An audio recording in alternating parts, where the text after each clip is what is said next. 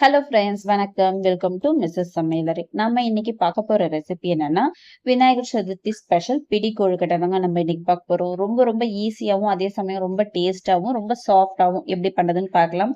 எவ்வளவு நேரம் ஆனாலும் கல்லு மாதிரி ஆகாம, அதே மாதிரி ரப்பர் மாதிரி ஆகாம ரொம்ப ரொம்ப சாஃப்டான பிடி கொழுக்கட்டை எப்படி பண்றதுன்னு பார்க்கலாம். அதுக்கு முன்னாடி நம்ம சேனலுக்கு இப்பதான் ஃபர்ஸ்ட் டைம் வரீங்கன்னா மறக்காம சப்ஸ்கிரைப் பண்ணிக்கோங்க. வாங்க இந்த கொழுக்கட்டை எப்படி பண்றதுன்னு பார்க்கலாம். இந்த பிடி கொழுக்கட்டை பண்றதுக்கு ஃபர்ஸ்ட் ஸ்டவ்ல ஒரு பேன் வச்சுட்டு அதுல 2 கப் அரிசி மாவு சேர்த்துக்கலாங்க. மெஷரிங் அளவு ரொம்ப ரொம்ப முக்கியம். நீங்க வீட்ல இருக்க நார்மலான ஒரு பவுல்லயே எல்லா அளவுகளும் அளந்துக்கோங்க. இது நான் இன்னைக்கு கடையில வாங்கின அரிசி மாவு தாங்க சேர்த்துருக்கேன். உங்ககிட்ட நீங்க வீட்ல ரெடி பண்ண மாவா இருந்தாலும் சரி, நல்லா சூடு பறக்க அளவுக்கு நல்லா வறுத்துக்கணும். இப்படி கைப்பட்டா நல்லா சுடணும். அந்த அளவுக்கு வறுத்துட்டு இப்ப இதை ஒரு தட்டுக்கு மாத்திக்கலாம். அடுத்ததா அதே பேன்ல 1 டீஸ்பூன் நெய் சேர்த்துக்கலாம். இந்த நெய் நல்லா சூடானதுக்கு அப்புறமா 2 டேபிள் ஸ்பூன் எள்ளு சேர்த்துக்கலாம். எள்ளு சேர்க்கறதுனால கொழுக்கட்டை ரொம்ப ரொம்ப டேஸ்டா இருக்குங்க. இப்ப இந்த எள்ளும் நல்லா பொரிஞ்சு வரட்டும். நல்லா பொரிஞ்சதுக்கு அப்புறமா இது கூடவே 1/2 கப் துருவின தேங்காய் சேர்த்துக்கலாம். தேங்காவை இந்த மாதிரி வறுத்துட்டு நம்ம செய்யறதுனால கொழுக்கட்டை நல்லா டேஸ்டா இருக்கும். அதே சமயம் நம்ம மறுநாள் வரைக்கும் வச்சிருந்து சாப்பிடலாம், கெட்டு போகாது. நம்ம இதுவே தேங்காவை அப்படியே சேர்த்தும் செய்யலாம். ஆனா மறுநாள்லாம் வச்சு சாப்பிட முடியாது. அன்னைக்கே செஞ்சு காலி பண்ற மாதிரி இருக்கும். இப்போ தேங்காவும் நல்லா வறுபட்டுருச்சு. இப்ப தனியா எடுத்து வச்சுட்டு ஸ்டவ்ல வேற ஒரு பாத்திரம் வச்சுட்டு 1 கப் வெல்லம் சேர்த்துக்கலாம். 1 கப்ல இருந்து 1.5 கப் வரைக்குமே வெல்லம் சேர்த்துக்கலாம். நான் எடுத்திருக்க வெல்லம் ரொம்ப இனிப்பா இருந்ததுனால நான் 1 கப் சேர்த்திருக்கேன். நம்ம அரிசி மாவை எந்த அளவுக்கு எடுத்தோமோ அதே அளவுக்கு தண்ணி சேர்க்கணும். நான் 2 கப் அரிசி மாவு எடுத்திருக்கேன். அதே அளவுல 2 கப் தண்ணி சேர்த்து இந்த வெல்லம் நல்லா கரைஞ்சு கொதிச்சு வரட்டும். பாகுபதம் அதெல்லாம் தேவையில்லைங்க. நல்லா கரைஞ்சு கொதிச்சு வந்தாலே போதும். வெல்லம் இப்போ நல்லாவே கரைஞ்சிடுச்சு. இப்ப இத இன்னொரு பாத்திரத்துக்கு நம்ம வடிகட்டி சேர்த்துக்கலாம்.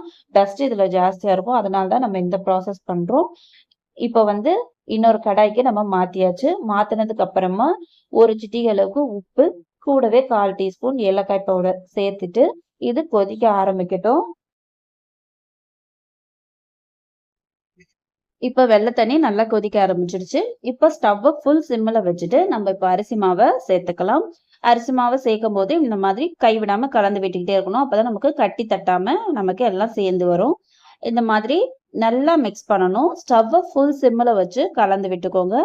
தண்ணியோட அளவு இதுவே நமக்கு கரெக்டா இருக்கும். அங்கங்க நம்ம ஒயிட் கலர்ல மாவு தெரிஞ்சாலும் பரவாயில்ல. நல்லா பொறுமையா நம்ம கலந்து விட்டுக்கலாம். கொஞ்சம் அழுத்தம் கொடுத்து மாவை இது மாதிரி நல்லா மிக்ஸ் பண்ணிக்கோங்க. மாவு நல்லா மிக்ஸ் ஆயிடுச்சு. இப்போ நம்ம வறுத்து வச்சிருக்க எள்ளு, தேங்காய் இருக்கு இல்லையா, அதையும் சேர்த்துக்கலாம். சேர்த்துட்டு இதுவும் இந்த மாவோட மிக்ஸ் ஆகிற அளவுக்கு நல்லா மிக்ஸ் பண்ணி விட்டுக்கலாம். இப்போ வரைக்குமே ஸ்டவ் ஃபுல் சிம்ல தாங்க வச்சிருக்கோம். நல்லாவே நம்ம மிக்ஸ் பண்ணியாச்சு. இப்ப மிக்ஸ் பண்ணதுக்கு அப்புறம் மாவு ரெடி ஆயிடுச்சான்னு பாக்கிறதுக்கு கொஞ்சமா மாவு எடுத்து நம்ம அழுத்தி பார்க்கணும். அழுத்தி இந்த மாதிரி பிடிக்கும் போது எல்லா மாவும் நல்லா சேர்ந்து இந்த மாதிரி வரணும். இப்படி வந்துச்சுனாலே மாவு நல்லா வெந்திருக்குன்னு அர்த்தம். இப்போ ஸ்டவ் ஆஃப் பண்ணிட்டு ஒரு தட்டு போட்டு மூடி இது நல்லா ஒரு கை பொறுக்கிற சூடு வரட்டும். அது வரைக்கும் ஆறட்டும். இப்போ ஓரளவுக்கு ஆறி வந்திருக்கு. இப்போ நம்ம எல்லா மாவையும் ஒண்ணு சேர்த்து நம்ம மிக்ஸ் பண்ணிக்கலாம். கையில மாவுலாம் ஒட்டாதுங்க. அப்படி உங்களுக்கு ஒட்டுற மாதிரி இருந்தா லைட்டா எண்ணெய் இல்லைன்னா நெய் தடவிக்கோங்க. இப்ப எல்லா மாவும் இந்த மாதிரி ஒண்ணு சேர நம்ம பிசைஞ்சாச்சு. இப்ப நம்ம கொழுக்கட்டை பிடிச்சுக்கலாங்க. நான் இன்னைக்கு சின்ன சின்ன உருண்டைகளா தான் உருட்டி நான் கொழுக்கட்டை பிடிச்சுக்க போறேன். ஏன்னா பெருசா போடும்போது வேகத்துக்கு கொஞ்சம் டைம் எடுக்கும். பாருங்க, இந்த மாதிரி நம்ம ஷேப்பா பிடிச்சுக்கலாம். 3 விரல் நல்லா பதிகிற மாதிரி பிடிச்சாலே அழகா நமக்கு வரும். இதே மாதிரி மீதி இருக்க எல்லா மாவுலையும் நான் கொழுக்கட்டை பிடிச்சு எடுத்துக்க போறேன். நான் இதை இன்னைக்கு 2 பேட்சா தாங்க செய்ய போறேன். அதனால ஃபர்ஸ்ட் பாதி தான் எடுக்கிறேன். ஒரு இட்லி தட்டுல இந்த மாதிரி துணியை நினைச்சு சேர்த்துட்டு அது மேல உங்களுக்கு எந்த அளவுக்கு கொழுக்கட்டை பிடிக்குதோ அந்த அளவுக்கு வச்சுக்கலாம். இட்லி பாத்திரத்துல தண்ணி ஊத்தி நான் ஆல்ரெடி சூடு பண்ணிட்டேன். அதுல இந்த இட்லி தட்டை வச்சுட்டு ஒரு 7ல இருந்து 8 நிமிஷம் ஸ்டவ்வை ஹை ஃப்ளேம்லயே வச்சு வேக வச்சு எடுத்துக்கலாம். இப்ப பாருங்க, ஒரு 8 நிமிஷம் ஆச்சு. ஆஃப் பண்ணிட்டு ஒரு 2 நிமிஷம் கழிச்சு இதை ஓபன் பண்ணி பார்க்கலாம். பாருங்க, நல்லா சூப்பராகவே நமக்கு ரெடி ஆயிடுச்சு.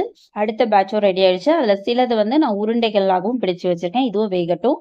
அவ்வளவுதாங்க. சூப்பரான சாஃப்டான ரொம்பவே ஈஸியான பிடி கொழுக்கட்டை நமக்கு சாஃப்டா ரெடி ஆயிடுச்சு. உங்களுக்கு பார்க்கும்போதே தெரியும்னு நினைக்கிறேன் எந்த அளவுக்கு சாஃப்டா இருக்கு பாருங்க. ஒரு நாள் நம்ம வச்சிருந்த கூட சாப்பிடலாங்க. இது கெட்டு போகாது. இதே சாஃப்ட்னஸோட இதே மாதிரியே இருக்கும்.